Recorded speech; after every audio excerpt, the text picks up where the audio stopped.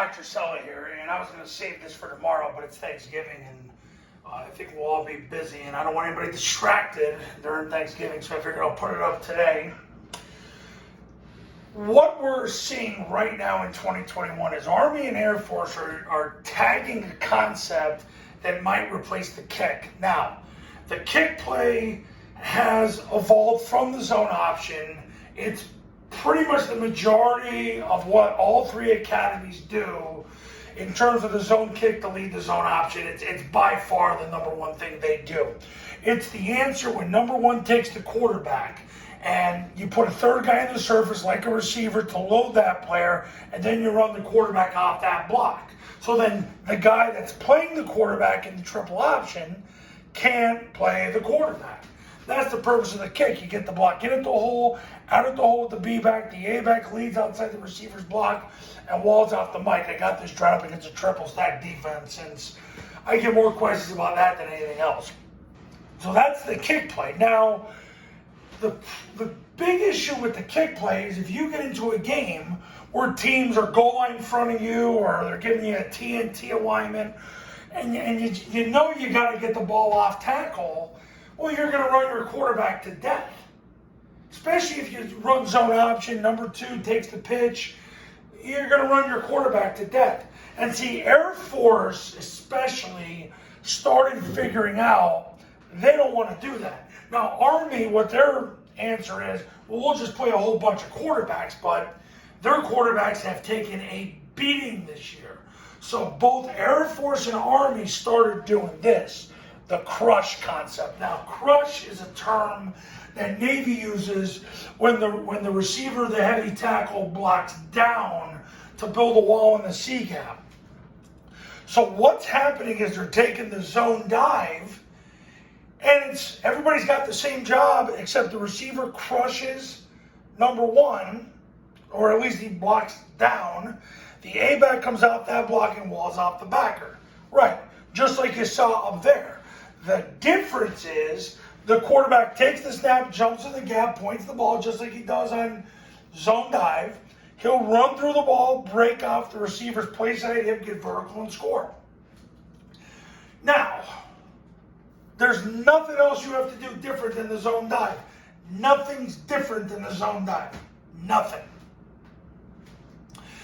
What Army has been doing with both zone dive and zone dive crush, and they've been doing this for a couple of years now, the backside A-back runs the pitch and then stalks the corner. He's trying to get the outside leg of the corner, and here's why. Now, nobody's been dumb enough to do this in the last couple of years, but the people who are listening here are high school coaches, and you play against some teams that do dumb things on defense, like number two taking the dive. Well, they have it built in where if number two takes the dive, quarterback is going to pull it, replace him, and score. And by the A-back getting the outside leg of the corner, they run out of people. And then the quarterback takes off, and then they better hope the safety can get over the top of it. But the crush concept, the reason why it's evolving is because now you don't have to run your quarterback so much. And on top of it, it's a simple tag.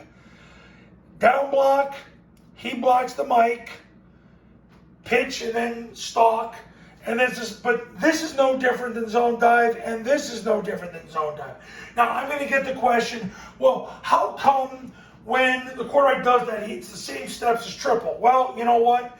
They keep it the same. Paul Johnson kept it the same when he ran outside veer. I always get that question. Guys, if you want to do it differently, I don't know, go run split backs or something. I'm actually tired of answering it.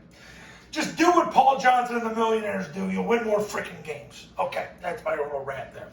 So, this is about to start replacing this. Now, I did a video a couple years ago where this was starting to replace the zone option.